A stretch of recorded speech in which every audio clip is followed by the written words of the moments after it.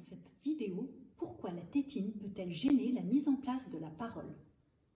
8 enfants sur 10 utilisent ce petit objet en caoutchouc qui peut avoir un effet apaisant mais aussi être un bouchon à parole. Et oui, passé les 18 mois de votre enfant, l'utilisation excessive de la tétine peut nuire au développement de son langage. Avec cet objet en pleine bouche, votre enfant voit sa prise de parole entravée et son articulation modifiée.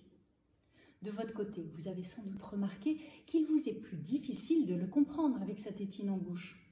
Mais pourquoi cela gêne-t-il la mise en place de la parole? Parce que la tétine plaque la langue sur le plancher de la bouche, empêchant cette dernière d'être mobile. Or, beaucoup de sons vont nécessiter que la langue bouge, et plus précisément qu'elle aille au palais. Regardez, le N, T, D, L se font en haut.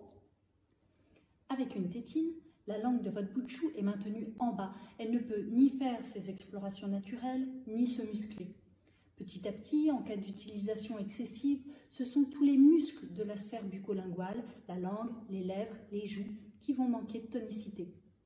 Cette absence de tonus et de mobilité vient donc entraver la future articulation. De plus, comme la langue ne peut pas aller au palais et que les mâchoires ne sont pas serrées, la déglutition de l'enfant est moins efficace, la salive s'évacue moins bien. Enfin, sa respiration qui devait être nasale au repos, avec une tétine, reste buccale, bouche ouverte. Voilà pourquoi l'enfant a souvent du mal à gérer sa salivation et il arrive parfois qu'il bave. J'espère que l'impact de la tétine sur le langage de l'enfant n'aura plus de secret pour vous. Alors, à vous de jouer et n'hésitez pas si vous voulez me poser une question.